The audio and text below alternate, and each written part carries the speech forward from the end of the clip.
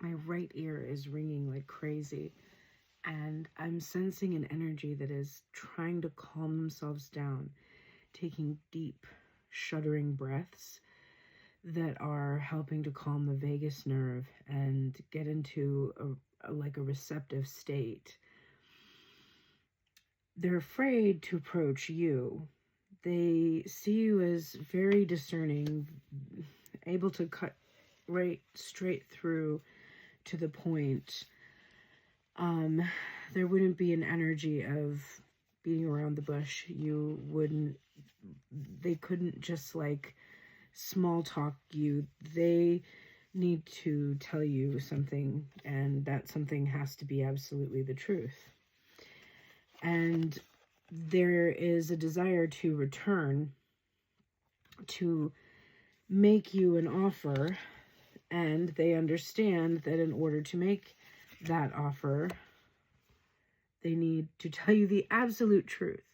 And they need to also show you that they're future thinking, that they're planning a future with you, that they see a way forward, that there's a clear path ahead that has to come through, or anything else will just fall flat.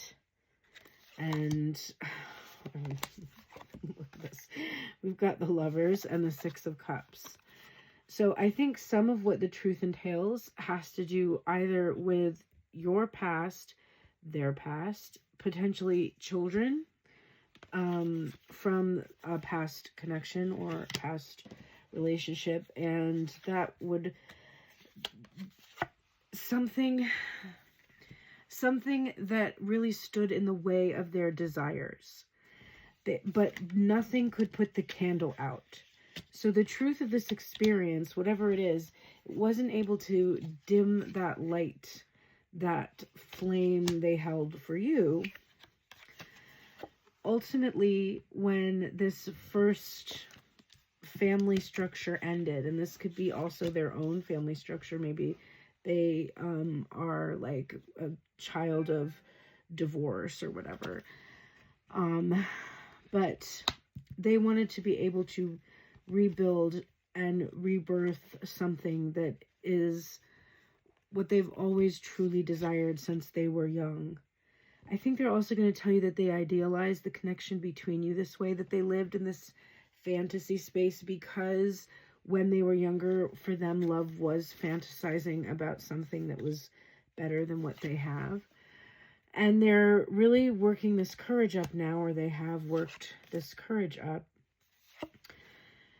to return to you, but they are afraid of what they'll find because they do know that you've also, had this glow up. You also have a lot of confidence, a lot of strength, that you generate your own abundance, that you probably have other options.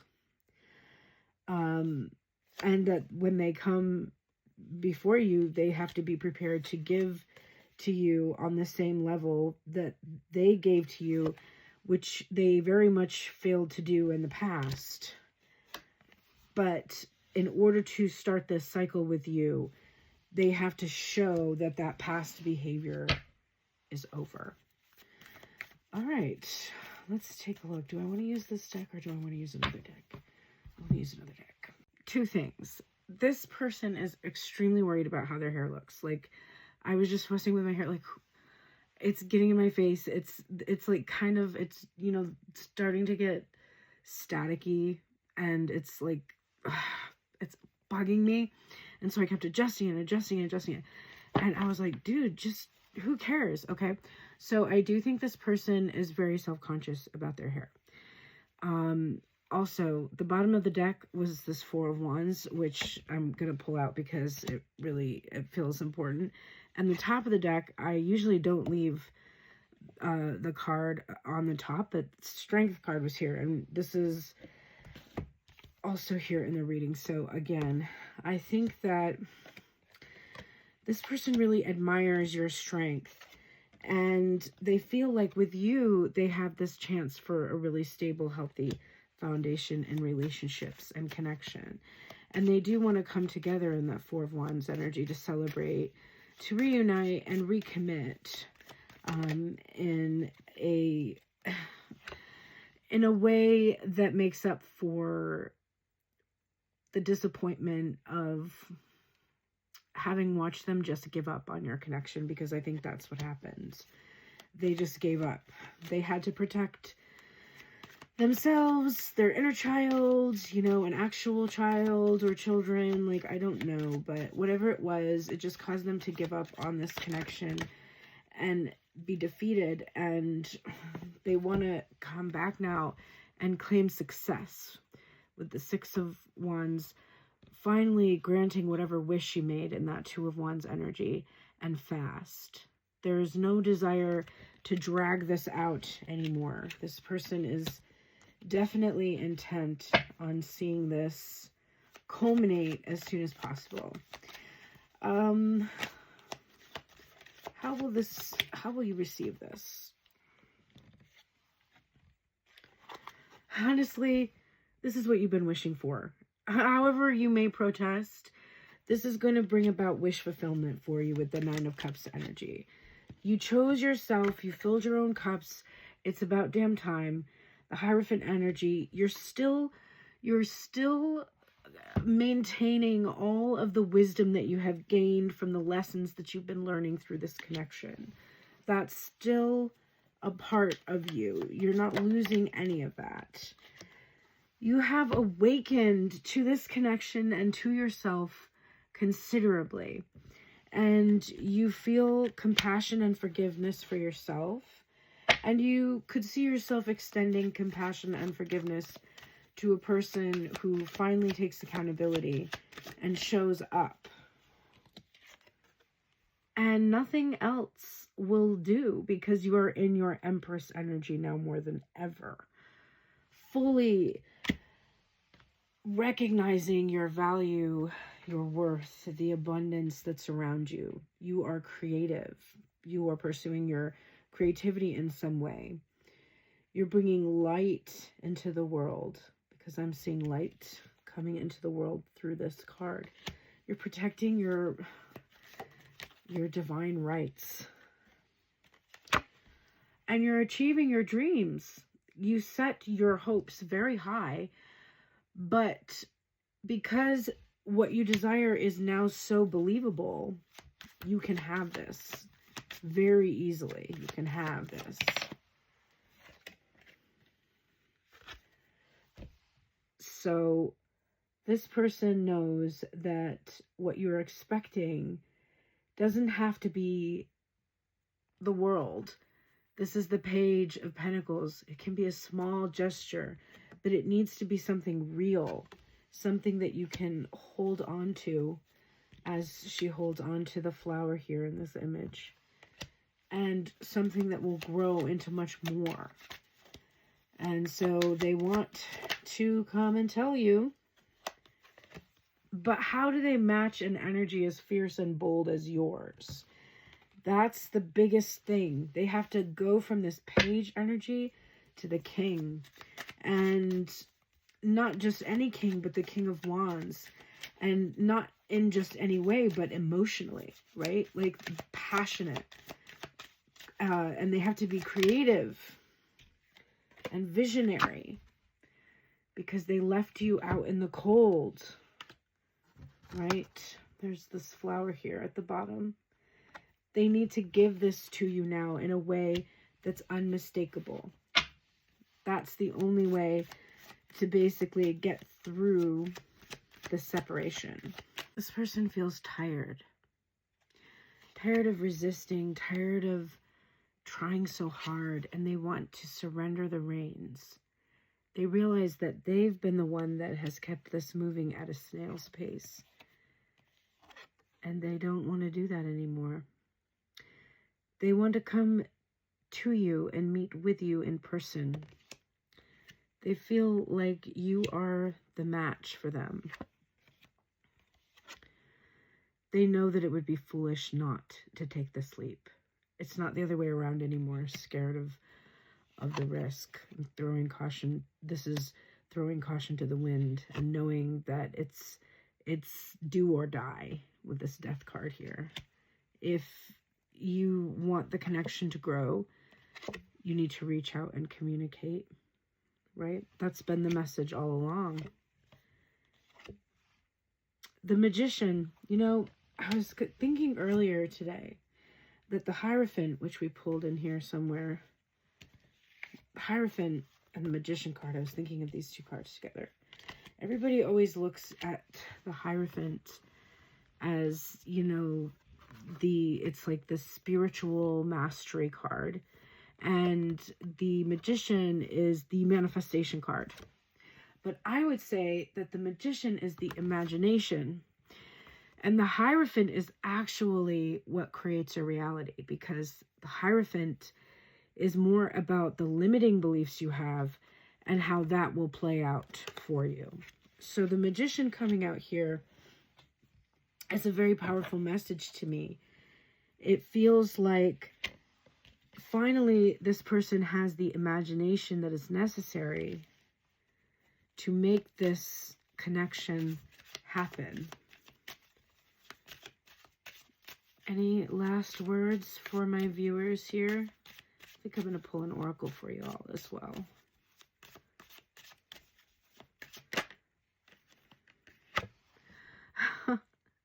The Three of Cups. Expect a reunion.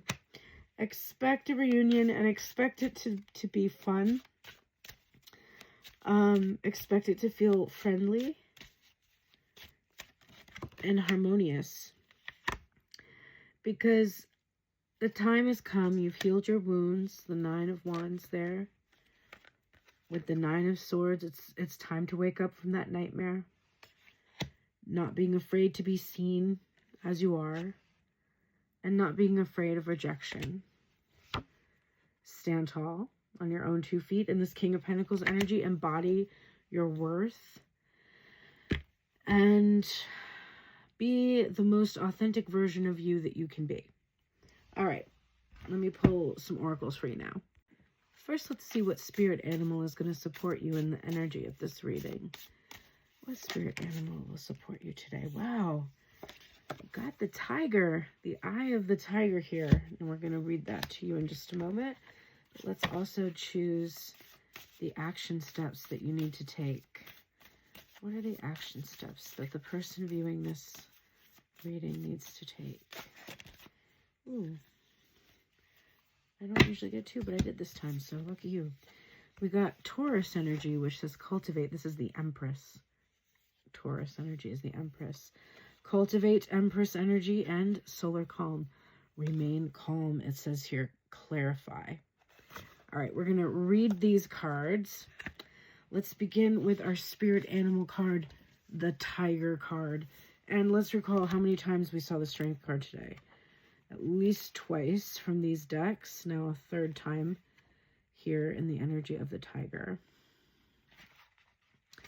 I love a big cat. This says, lunar force, ease in darkness, feminine energy. Wow, going with the Taurus as well. The tiger hunts at night, at one with the silence, fearing nothing. This card reminds us to take in the wild darkness, to allow the lunar forces to soothe and heal our spirit's sensuality, receptivity, and devotion, all heightened in the midnight hour. The tiger takes advantage of these boons. Spend some time in silence this evening, drinking in that potent calm.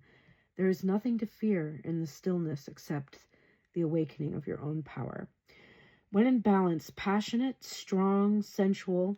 When out of balance, overstimulated. To bring into balance, ooh, how do you say this? Trataka. Candle gazing. Okay, candle gazing. That's so interesting because I have a special unboxing I'm going to do that's going to reveal a candle that I am so excited to get at this time of the year. But candle gazing is something that you might want to engage in. Okay, now let's look at the actions from these cards. We've got Solar, Calm, Clarify, and Taurus. Cultivate. We'll do the Taurus card first, number 2, because Taurus is in the 2nd house, I would guess. And this says, Taurus asks you to hold still, dig in, grow roots, and strengthen over time. Manifest in a practical way. Signified by a bull standing in its field, Ooh, a very vivid dream just came back to me. Taurus rules the neck and voice. Its purpose is to bring life into matter through growing wildflowers and crops, through our muscular strength and the sensual potential of our bodies, and through the solidness of our material resources. The sun shines here April 21st through May 20th. So I would encourage you to do some strength training. The action says, work with the metaphor of gardening. Plow the ground, plant the seeds, which we talked about in this reading. Nurture the crops with water and fertilizer and protect those crops from predation. Grow roots rather than travel. Investigate what concrete form your project should take and the next practical steps in that direction. Appreciate the senses. Notice what you see, smell, hear, feel, and taste. Use the senses to be in the present moment and let time flow by. Cuddle, feed. In a relationship, listen to both the signals of body chemistry and the practicalities of your life to give it a fertile field. Cultivate your garden like a slowly growing flower basking in the sun and contentment in this moment. Explore the roots of the situation. Ask what feeds this idea or what feeds your soul. If you're feeling pushed about, sit, hold still, grow roots, and let the storm pass over you. Don't hurry. Play the long game as you plant and tend your crops. The challenge of this card is that Taurus excess can lead you to mistake stubbornness for strength or look for spiritual and emotional answers in the material world. There will never be enough stuff to fill an emotional void. Sensuality is a Taurus gift, but sex alone will not fulfill a desire for love. Clarify your hunger. The gift of this card is that everything that surrounds you is made up of matter, and the word matter comes from the Latin word mater, or mother. Taurus connects you to the sacred Earth Mother, Gaia herself, the physical vessel who holds spirit in the body, in the plants, and in the earth beneath us. All right, so we've got the bull and the tiger. And the final card is the Solar Calm card, and it is number 16.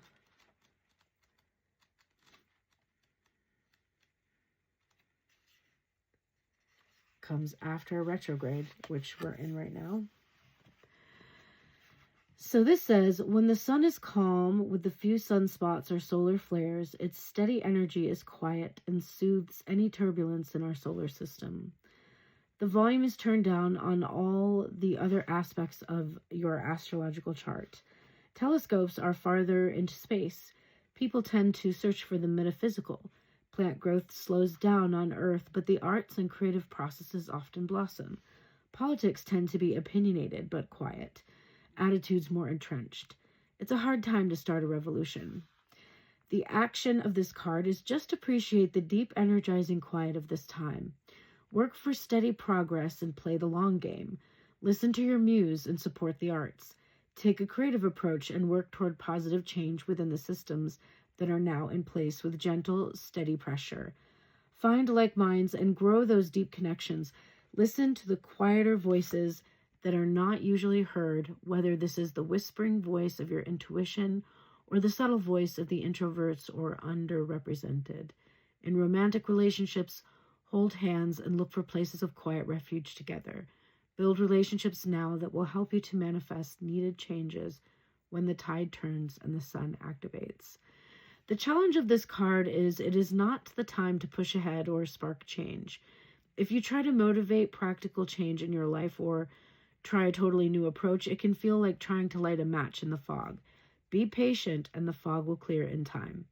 The gift of this card is meditation helps. Turn down the noise of the outer world and listen with clarity to the knowing within. Let go of the details of the story and feel the call to spirit, to connection, and to the interconnectedness of all existence. In this quiet clarity, you can see far away to the distant stars and come to understand the overarching patterns.